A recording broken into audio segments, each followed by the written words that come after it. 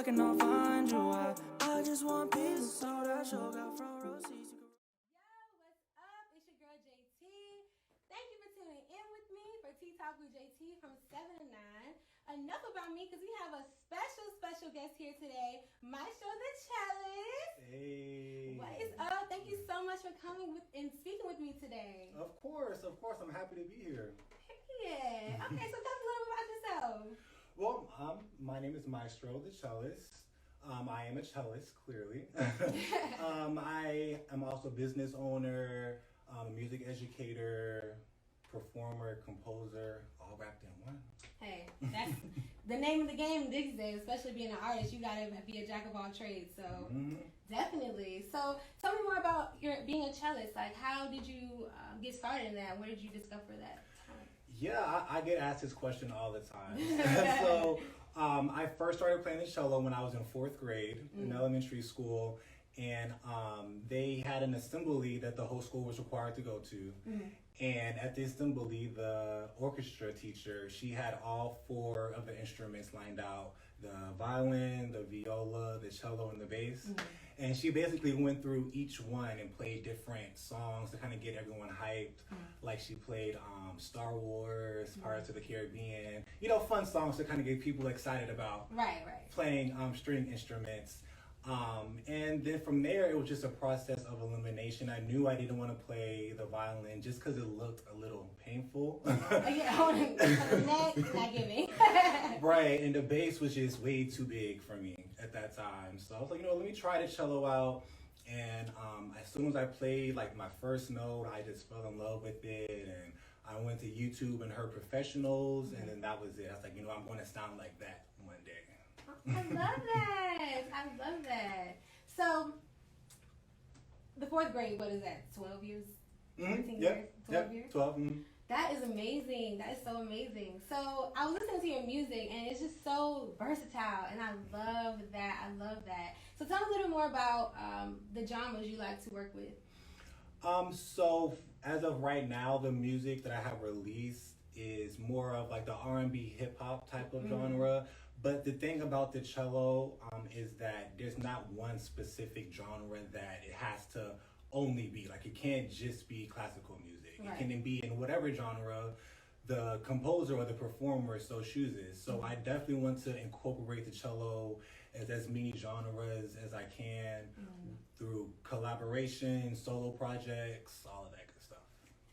Really? That is so awesome. Yeah, I saw on your Apple Music catalog that one of the songs you had a Spanish artist on there too. Yeah.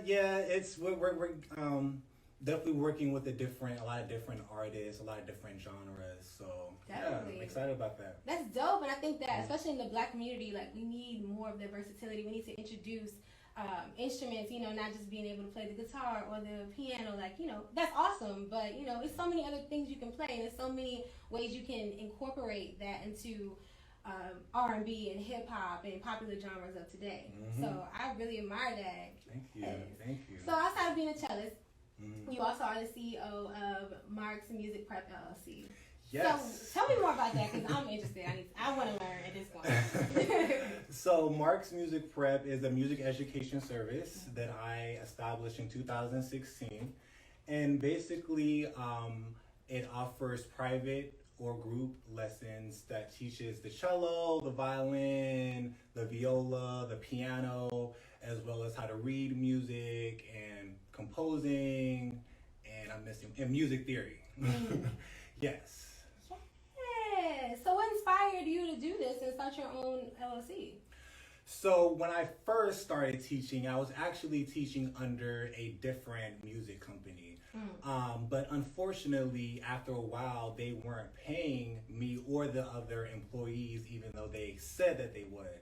Isn't that how it goes? Yes, exactly. I was in college, and I felt like I was kind of getting taken advantage of. So one of the places I was teaching at was at a community center that was contracted through the music business that I was with. So instead of just, quitting and leaving the center and leaving my students behind, they basically said they could hire me as a contractor, but I just need to have my own business license, my own Gotcha. LLC, entity. Yeah. LLC, exactly. So that way they could just hire me directly as a contractor, and I'd be contracted with the city. So I drove one down to City Hall, called my mama, because I was like, I have no idea how to make a business license. I have no idea what any of this means. What does LLC even stand for? Like, I had no idea. So, I called her, and she talked me through it, and found my business license, and then that was that. Just went from there. Yep. So where are you located currently? I am currently located in Alexandria, Virginia, near Maryland. But thankfully, I've still been able to teach virtually. So that has expanded my clientele to really anywhere, any location, any region. But it's based out of the DMV area. Gotcha. Well, that is amazing. That is awesome. Especially, I think, for me personally, when I think about when my parents threw me into piano lessons when I was like 7, I couldn't even connect with my teacher. It was weird, and not to say that, you can't have a white male teacher, but for me, it wasn't giving, Right. And I definitely think that in the Black community, especially, we need more representation as far as that. And, it's when you see someone that looks like you in a position that you want to be in, as far as like being fluent in playing the cello, being fluent in playing whatever instrument it is, that inspires you to want to pursue it even more. So I definitely admire that. Go, come on, LLC. So how have you balanced running your own business, being a composer, playing the cello, and being in school, like all of that? How do you do it all?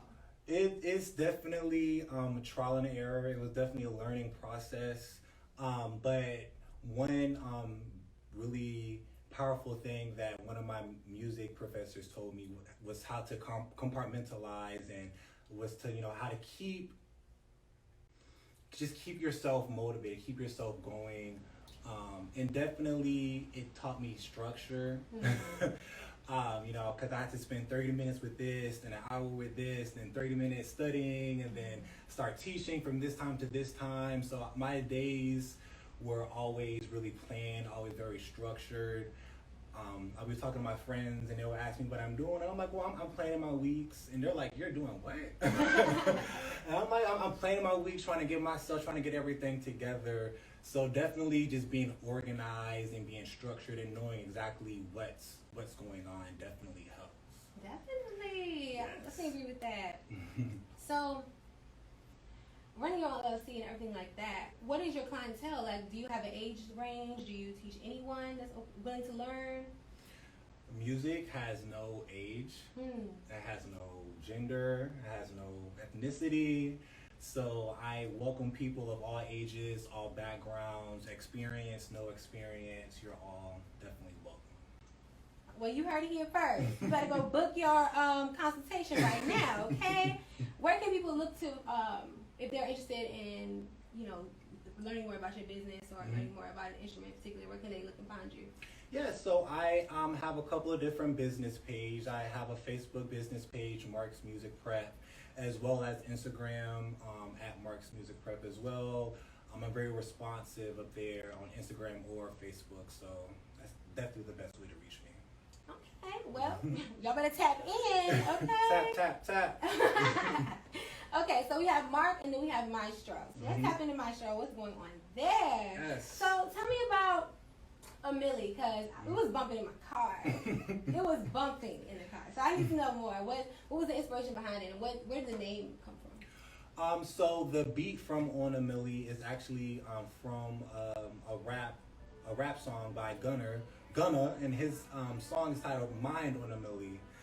Okay. So I really wanted to name it Maestro on a Millie, but the way that the title was, and I'm still using the original beat, so I wasn't able to make that title Maestro. But it's just On a Millie. But I love that beat.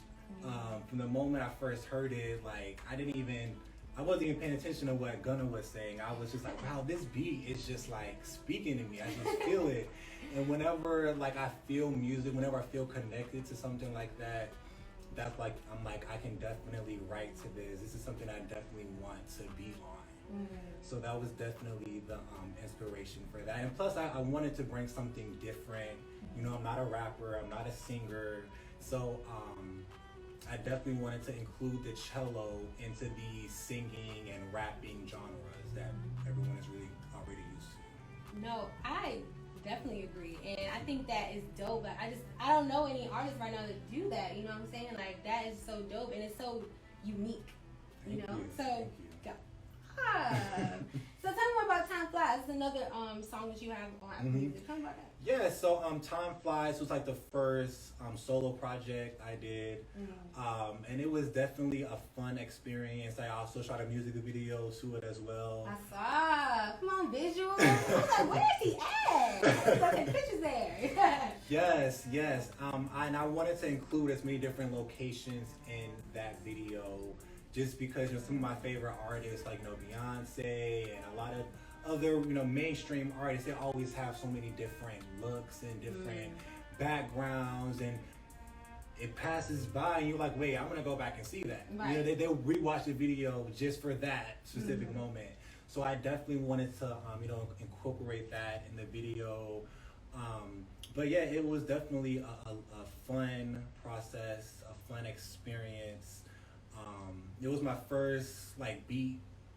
It was a Drake beat, so that was my first beat that I ever hopped on. Which so Drake beat? Time Flies. Oh, okay. Because I'm like, I love Drake. I'm trying to think about Time Flies.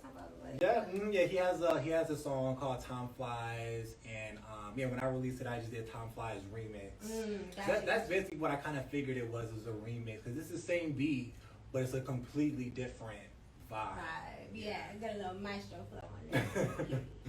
Well, we're gonna take a listen right now. So you guys drop in the comments. Tell me what you guys think about this song, because it was the bass. I don't know if it was the G, or if it was me, or I know it was the artist in general. So y'all tell me what y'all think, and definitely leave some comments. Let me know.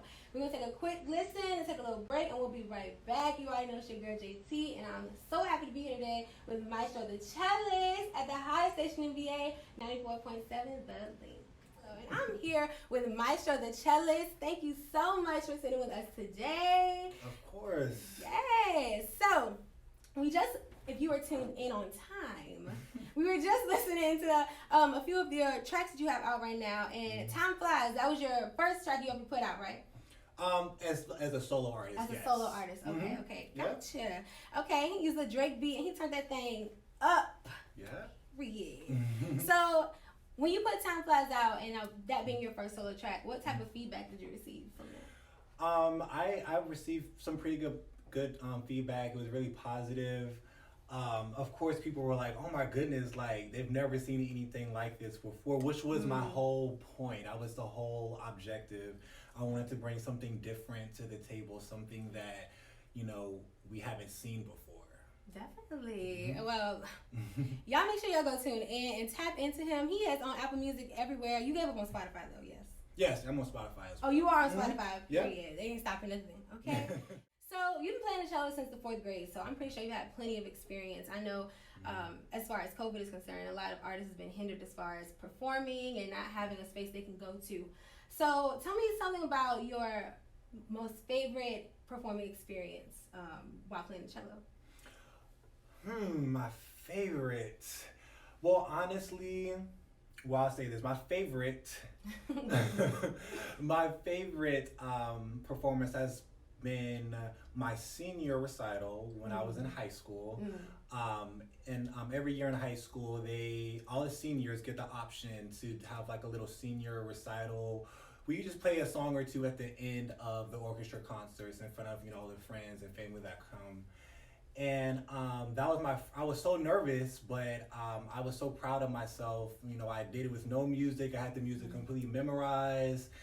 And it was a really, really good performance. Okay. Yeah. I definitely, everybody has a senior recital they can think about. They're like, yes, that was the one, definitely. So did you go to a performance arts school or anything like that, or?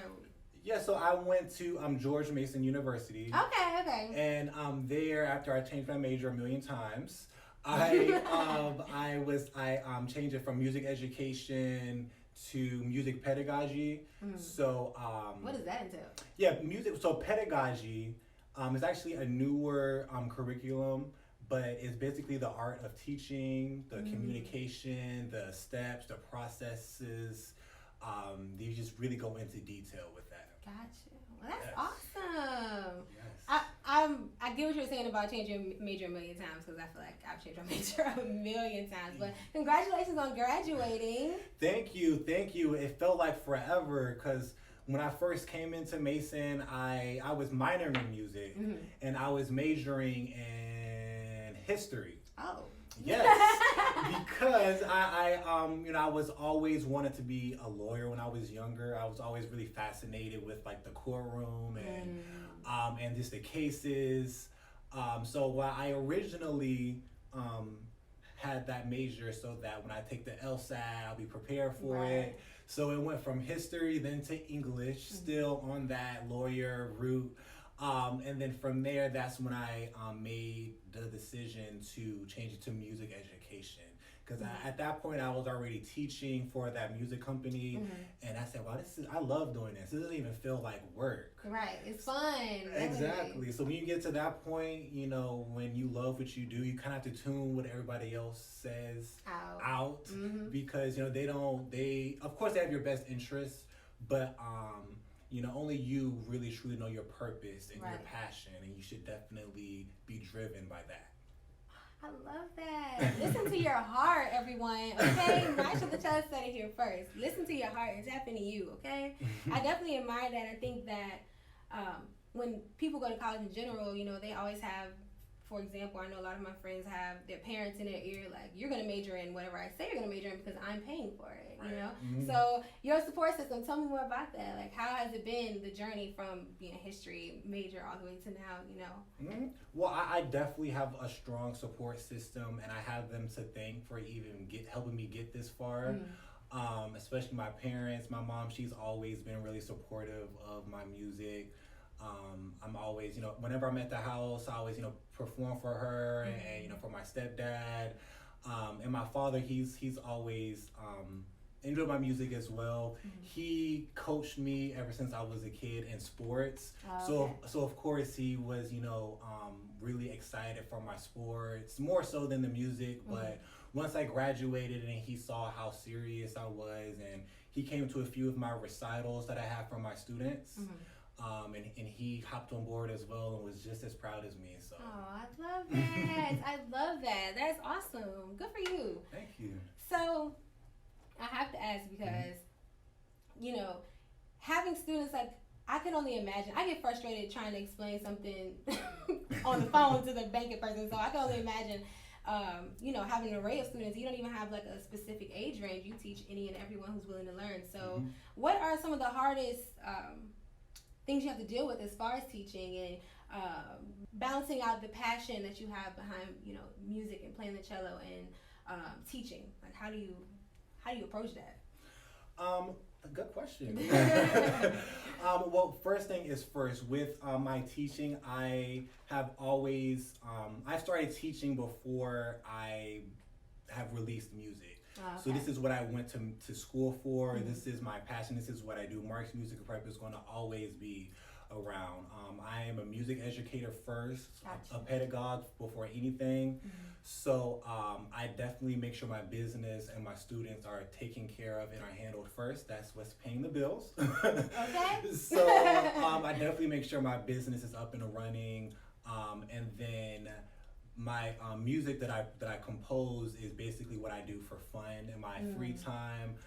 It's still music, and I still teach how to compose to my students. So it's great for them to see how the things that I'm teaching them, I'm applying to my own music and to my own work. So that's always a great thing. See how they relate. I definitely admire that.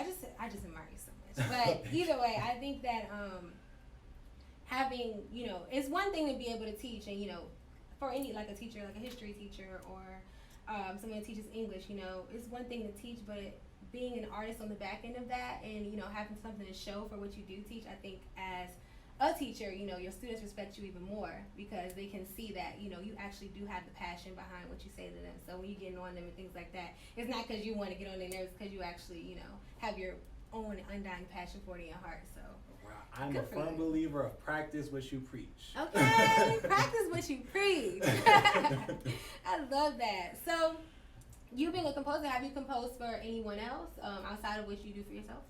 I have not. Everything that I have composed has been for me. However, when I do collab with other artists, I compose to their music, to their beats. So next month I have a couple of songs that will be released with a few different artists. Okay, stay on the lookout, y'all. Yeah, so stay on the lookout for that. But once again, it's just cool in incorporating the cello in this genre that has never been incorporated before. But I definitely take that composing aspect and shape it around the wants and the desires of the artist who I'm working with. Gotcha, definitely. So, what's been your favorite collab thus far? My favorite collab thus far. I can't give too much information out about it because it's not out yet. Exclusive. It's very, very soon. But there was an artist. I had to travel to Houston, and we recorded the song. We did like a little acoustic live version for it as well that will be released, after we put the single out. That was a very, very fun experience. That was my first time in Houston. I would definitely be back. Okay, Houston, you better watch out. But yeah, it was a very, very therapeutic experience as well, because the night before we were up all night rehearsing and just getting ready, for the music video the next day. So it was tiring, it was stressful, but it was definitely worth it. And I'm really excited for you all to see it. Okay, well, next month, y'all better stay tuned in. Let them know where you can find all your socials. Yeah, so my Instagram, I'm the most active on Instagram. You can follow me at Maestro The Cellist. I don't really get on Twitter that much. Okay, Yeah, not so, everybody. Yeah, Twitter is just a little bit much. So we'll stick with Instagram. That's Maestro The Cellist. Okay, y'all better keep it locked in with him because he got something coming up next month. It's gonna be some fire, okay? And your YouTube too, right?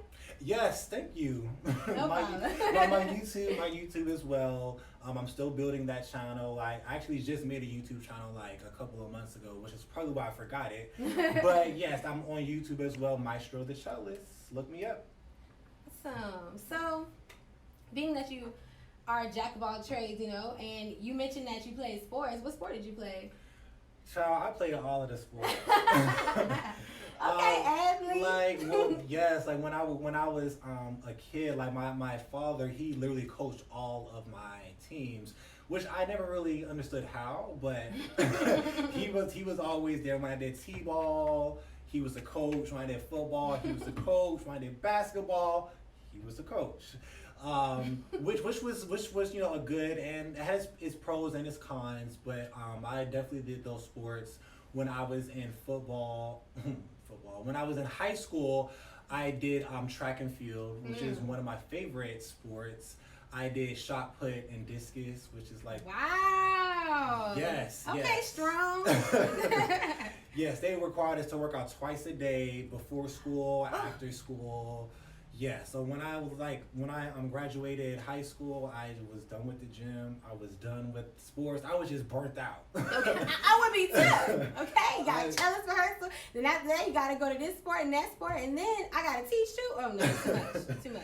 Yeah, it was a lot, but doing all of those things at a young age, I think definitely helped me be successful now and juggling all of these different things, school.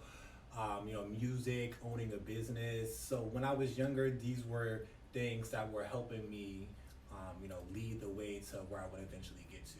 Okay, pave the way. Okay.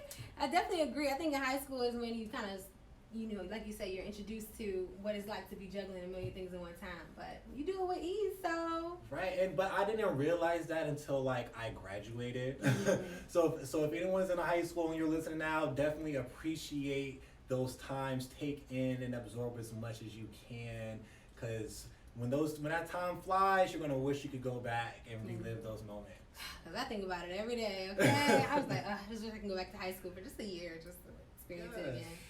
Definitely. So, being that you're talking about the fact that you were at George Mason and you started your LLC in 2016, right? Mm-hmm. So, what has college given you, and as far as to enlightenment about your endeavors, and how has it contributed to how you run your business now and being a composer and handling all that? Definitely determination, especially being a music major. It's kind of like either you get it or you don't. Like, you have to practice until you get it. It's not like something you can study for, or it's like a pass, or you might can get a C or a B. With being an instrumentalist, when you're performing, you're practicing, these are all things you have to work towards, night and day. And performing has definitely been a process, because I have had tons of bad performances at Mason. I've caught my mom crying plenty of times, just completely defeated. After hours of practicing, and then you go on stage and you perform and you just, forget everything, or it sounds like you haven't been practicing. It's very, very... It's frustrating. Frustrating, yes. And if I got trapped in that mindset, I would have just quit, and who knows where I would have been. So it definitely taught me how to be strong, how to see something all the way through. Be resilient. Be resilient, exactly. Just because it's not working out now doesn't mean it's not going to work out later, or it's not meant for you. And that was something I really had to keep telling myself. Yeah, you had to embody stuff like that, especially as an artist. It's a whole different realm, because I feel like, people that do tech work, for example, like, you show up to work every day, you do your tech from 9 to 5, and you go home. Like, that's your thing. And nobody, even if you mess something up, it's not like, no one's like judging you hardcore, you know what I'm saying? But as an artist, what you put out is what, you're basically putting out whatever it is that you're creating to be judged. And that's definitely like, I feel like that's the hardest part about being an artist, and having the courage to do so.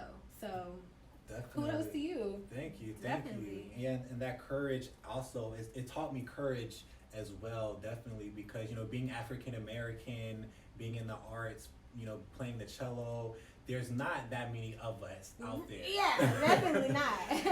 And especially, when I was younger in high school and even in middle school, I was either the only African American in the orchestra, or the only African American in my section, in the cello section. Gotcha. So with that being said, eyes were always on me.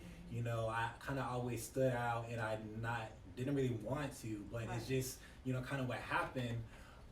So, I kind of had to tune out what everyone else might have thought, what they might assume, any stereotypes. I kind of just had to push all of that aside and just be true to myself, and just keep on doing what I know that I'm meant to do. Yes, I love that for you. Honestly, I think it's so important. The representation is so important, and I definitely can relate to you. When I used to go to Christopher Newport, I was in a choir, and it was like the women's choir for the entire university. But the university is already 5% black, so looking around and only seeing, being in the alto section and really only seeing one other black girl in the section, it's like, it makes you uncomfortable, and it makes you. I feel like it makes it easier for you to say you don't want to do it. And you don't want to show up. Like, I don't see anybody looks at me, I don't feel comfortable, I don't want to participate. But I don't think it's so important to, push on and start to build on that representation, because, you are setting the foundation for those to come. And I think that's beautiful. And I think that with Mark Music Prep, I think that is just a way that you are really impressing upon the importance of that representation. So where do you see Mark Music Preps LLC in the next 10 years from now? I definitely see Mark's Music Preps all over the United States. Kind of similar to like Music and Arts, so they have their own little, their store that also provides lessons, as many locations as possible, changing, lives. I love leaving a lifelong love for music in my students. So that's always, what I aim to do. So yeah, just keep on expanding, keep on moving, keep on teaching. Keeping on. I love that. Well, shout out to you, and shout out to anybody that's interested in learning more about instruments in general. Do you only teach cello, or is there? Oh no, I also teach the violin, the viola, the piano as well. Oh, hold up. I didn't know you did. Jack of all trades for real, guys. Okay. Wow, that is awesome. Yes. So do students need to bring their own instrument to their lesson? How does that work? Well, as of right now, due to COVID, everything is virtual. That's true. So their own instrument is required. However, I love being a resource for my students. So there's a lot of stores and a lot of small boutiques that I can always recommend them to if they ever have trouble with finding an instrument or affording one. Well, you heard it here first. Shout out to Mark / Maestro The Cellist, okay? Let me make sure I differentiate between the two. But I definitely appreciate you coming out and speaking with us today. Is there any last words you want to leave to your fans listening right now and our audience as well? Well, yeah, first, I just want to thank you all for having me. Of course. Thanks to all of my friends, all of my family who has been there for me since day one. Keep on repping me. All my music is available. I'm on iTunes, I'm on Apple Music, YouTube, Amazon Music, all of the streaming platforms. Yes. So make sure y'all tap in with him because this is something so unique, and his music is something that's no one else is really doing right now. So I definitely appreciate you coming out and just telling us more about it and showing us some love today. This is the first admitting because I already know you're coming back to work with us again. Yes. So thank you again. And you already know it's your girl JT. Stay tuned in for Tea Talk with JT. Get a little vibe, 10 bands sitting on 5, sun all up in your eyes. Couldn't let go if I tried to. I go back and I'll find you. I just want peace, so that show got front row seats. You can roll your eyes.